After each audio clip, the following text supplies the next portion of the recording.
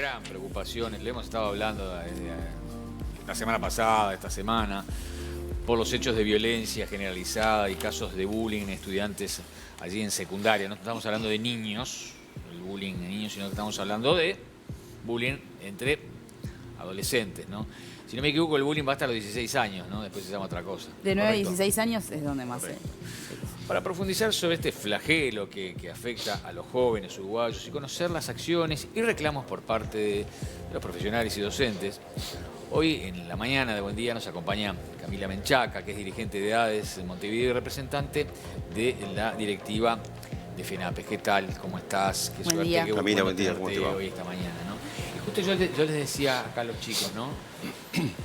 El bullying va hasta la adolescencia, pero ¿cómo definís? ¿Cómo se define? ¿Cuál es una definición moderna, no del que adolece? ¿Qué es un adolescente? ¿Cómo definir eso? Qué difícil. Por Un eso, adolescente, te lo tiro dificilísima para empezar. Es un joven, ¿no? Es un joven que está en una etapa en donde está en un tránsito entre lo que es la niñez y lo que es la juventud adulta, ¿no? Y en Existe por lo menos, ¿no? Existe Porque la adolescencia, sí. En Hay muchos casos salta de teóricos la donde niñez sí. a la adultez, ¿no?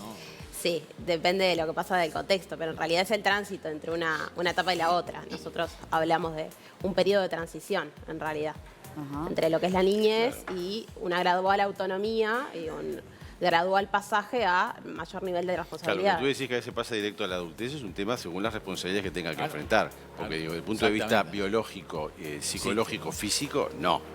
No Esa puede, no transición puede pasar tiene que nunca de una suceder. niñez a una adultez. Porque hay un proceso de transición, como tú decís, ¿no?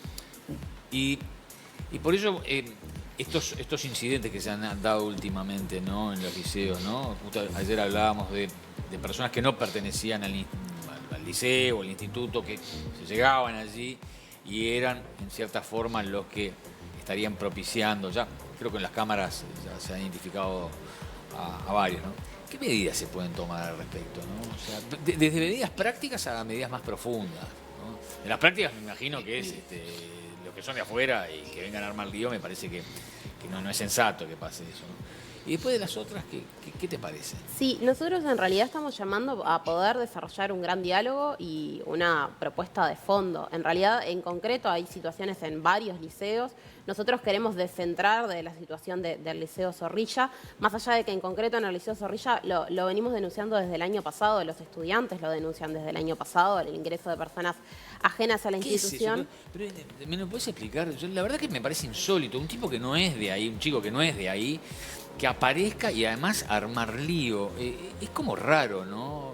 Parece, a prima facie, parece que alguien mandado a hacerlo, ¿no? Bueno, Porque- quiero creer que no, queremos creer que no. En realidad, los problemas entre adolescentes existen.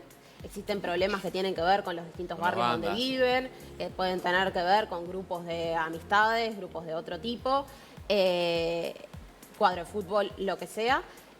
Nosotros planteamos sistemáticamente la importancia de la figura del portero en los liceos. Exactamente. Es una figura que Y se ha perdido un poco, se ha ¿no? perdido un montón y se ha sustituido en algunos casos por empresas tercerizadas que lo que hacen es ir rotando su personal, entonces conocen a nadie. no conocen a los estudiantes. Nosotros insistimos en la figura del portero como una figura no de simplemente una persona que abre la puerta, sino de una persona que conoce quiénes son los Que estudiantes. genera de un la vínculo. Cuando institución, yo iba al genera liceo un había vínculo. portero, era un clásico el portero. Exacto, una persona que estaba 20 años en una institución Exacto. educativa y que conocía a todos los estudiantes. Ahora nosotros tenemos, en algunos casos ni siquiera No hay. rol de portería y en otros casos están tercerizados y las empresas, en el marco de su propio funcionamiento, rotan esas figuras y entonces no encontramos una figura que estable en un liceo conozca efectivamente a los estudiantes y pueda dar cuenta de determinadas situaciones antes de que sucedan, sobre todo en liceos macro y gigantes como pueden ser los liceos de bachillerato, ¿no? En donde también juegan otros aspectos que tienen que ver con, bueno, la edad de los estudiantes, la relativa autonomía que ellos tienen y que es real y es correcta, pero que en algunos casos genera dificultades. Por ejemplo, cuando tienen horas libres se pueden retirar de la institución Bien. sin necesidad de un permiso firmado, como sucede en el caso del ciclo básico. Entonces esas cuestiones, en cierto sentido, hacen que haya un trasiego por las puertas, que si no tenemos figuras de contención, en primer lugar, a la entrada del liceo, es difícil de contener.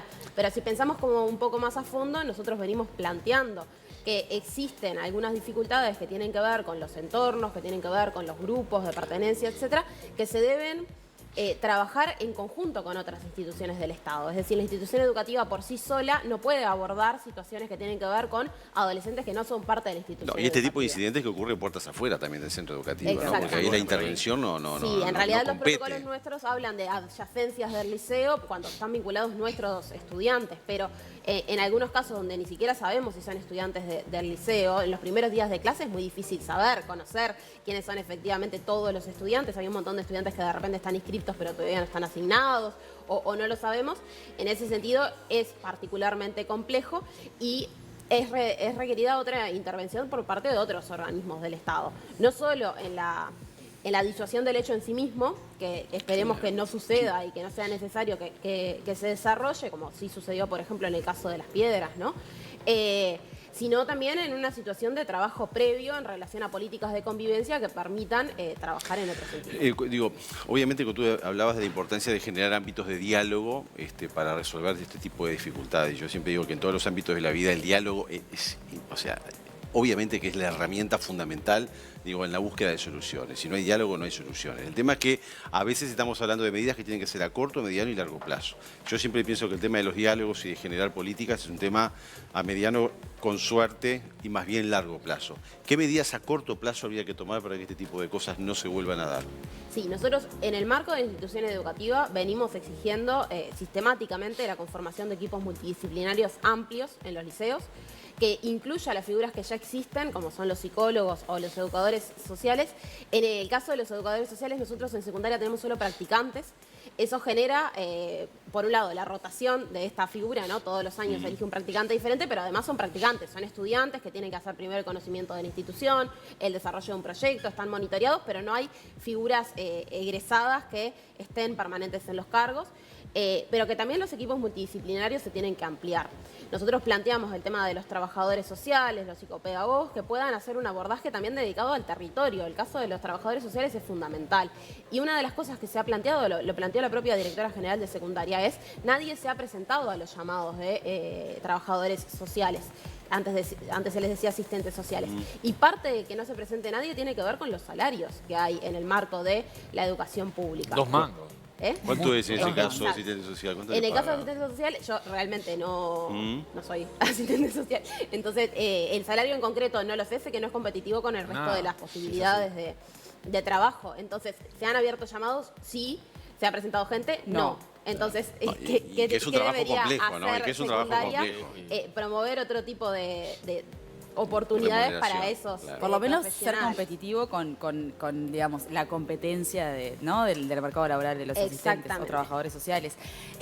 Vos recién empezabas hablando diciendo que el adolescente siempre tuvo conflictos. El adolescente, por ser adolescente, tiene conflictos o tiene problemas entre pares. Ahora, la agresividad que estamos viendo hoy, ¿se da desde siempre o es algo que está siendo particularmente más intensa en este año o en estos años?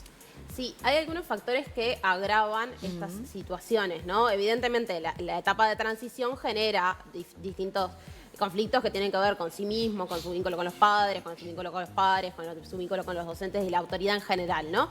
Pero en concreto, cuando se establecen situaciones que tienen que ver con aumento de la pobreza, disminución de los tejidos de contención social, ruptura de determinados códigos a nivel de lo que es el barrio, pero además, en particular, nosotros no solo estamos viviendo en una situación que para los estudiantes es de crisis, en el caso de lo alimentario es muy claro y eso también genera violencia. ¿Por qué decís que en el caso del alimentario es muy claro? Porque las estadísticas que se presentaron el año pasado, tanto por la Universidad de la República como por la ANEP, plantean que el 47% de los estudiantes de enseñanza media están yendo al liceo con una situación de inseguridad alimentaria. Entonces estamos hablando que la mitad de los estudiantes van al liceo con hambre. Y esas cosas también generan violencia, pero además venimos el año pasado no, pero los 2 años anteriores, una pandemia, en donde los estudiantes estuvieron encerrados en sus casas, se rompió el proceso de socialización que ellos venían desarrollando, el proceso de adaptación a la vida liceal, el proceso de adaptación a la vida social, que es un proceso que es gradual. Perdona, tú dijiste 47% del ciclo básico van con... 47% de los estudiantes de enseñanza media, de Universidad de la República y la ANEP. O sea que de cada 2 estudiantes, 1 va con hambre al liceo. Es gravísimo, ¿no? Sí, Yo lo digo, denunciamos, pero sistemáticamente. Pero, Sí. Digo, hambre, a mí realmente me llama Inseguridad muchísimo la alimentaria. atención eso, ¿no? que seguridad alimentaria. Bueno, ya hablamos el pero otro día, la ya hablamos, diferencia está entre bien, hambre y sí. seguridad alimentaria. Inseguridad alimentaria. Son cosas diferentes, Distinto. ¿no? Exactamente. Capaz que no Pero van con la muchísimo. comida que tienen que ir. Es un montón. Claro. Y Pero perdón, ahí puede estar incidiendo también, digo, lo que es la conducta alimentaria del adolescente, ¿no? El adolescente no te desayuna, o sea, a ver, tiene que ver también con Bueno. eso, no solamente porque no tenga los recursos, digo, claro, para, pero cuando para una hablamos de comida. inseguridad alimentaria estamos hablando de la posibilidad de desarrollo de la alimentación, ¿no? Obviamente, no estamos hablando de situaciones de adolescentes que se duermen y no desayunan para ir al liceo. Estamos hablando de adolescentes que de repente saben que cuando van a llegar a su casa no podrá o no haber un plato de comida. Pero eso evidentemente es un tema que es problemático, lo denunciamos, lo planteamos. Tenemos liceos que en concreto han hecho denuncias específicas porque habían situaciones dramáticas, pero además nosotros nos hemos ocupado de la situación, nosotros hemos desarrollado canastas, hemos desarrollado un montón de ollas populares, un montón de acciones para tratar de alguna forma mitigar esto, más allá de que no es nuestra función específica como docentes y que todo eso lo hacemos por convencimiento.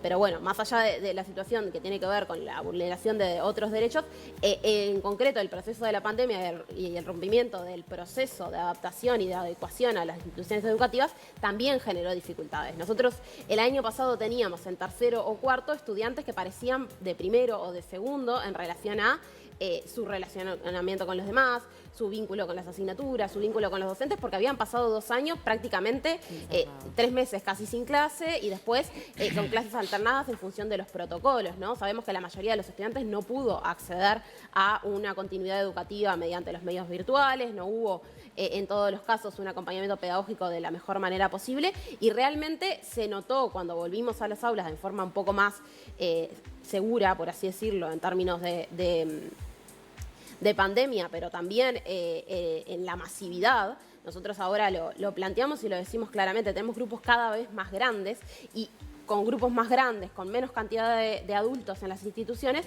cuesta más poder recomponer esos procesos y poder ayudar a que baje un poco esa tensión que a veces existe en las instituciones educativas. ¿Y cómo podría, o sea, en mundo utopía, ¿verdad? Nos vamos a un mundo utópico. ¿Cómo se podría verdaderamente saldar ese daño de la pandemia en relación a las competencias sociales que esos adolescentes no pudieron desarrollar por motivos que todos conocemos? ¿Qué se tendría que hacer?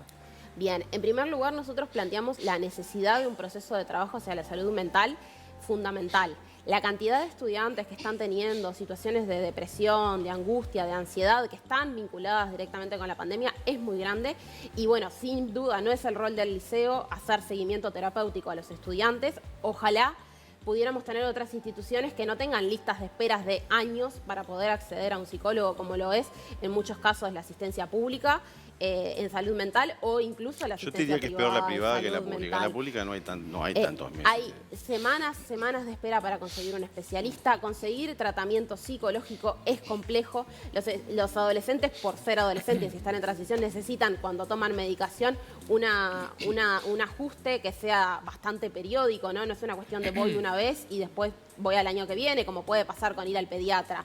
En el caso de la asistencia en lo que es psiquiatría es fundamental y en ese sentido hay que hacer un abordaje específico, lo que tiene que ver con la salud mental y también hay que generar espacios de integración y de convivencia. Si los estudiantes no tienen espacios de socialización que sean sanos, saludables, como se han hecho en distintas oportunidades con distintos programas, es ¿Qué programas, complejo. por ejemplo? Por ejemplo, No cauta las drogas, por ejemplo, Gol al futuro, o programas que de alguna manera promueven el deporte desde determinado lugar que ayude a el desarrollo social y el desarrollo de la canalización de emociones a través de Sin embargo, el funcionaron, deporte. pero para grupos limitados, digo, porque Sí, convengamos que este tema no es un tema nuevo, ¿no? No es un tema nuevo. O sea, porque si no parece que todo fuera un tema surgido ahora. Claro, lo que hemos Este, encontrado sí es un repliegue del Estado en un montón de políticas sociales. El tema de ¿Qué? los centros ¿Qué? juveniles. En los centros, haceme el listado de que... No, nosotros tenemos centros juveniles que están cada vez más superpoblados.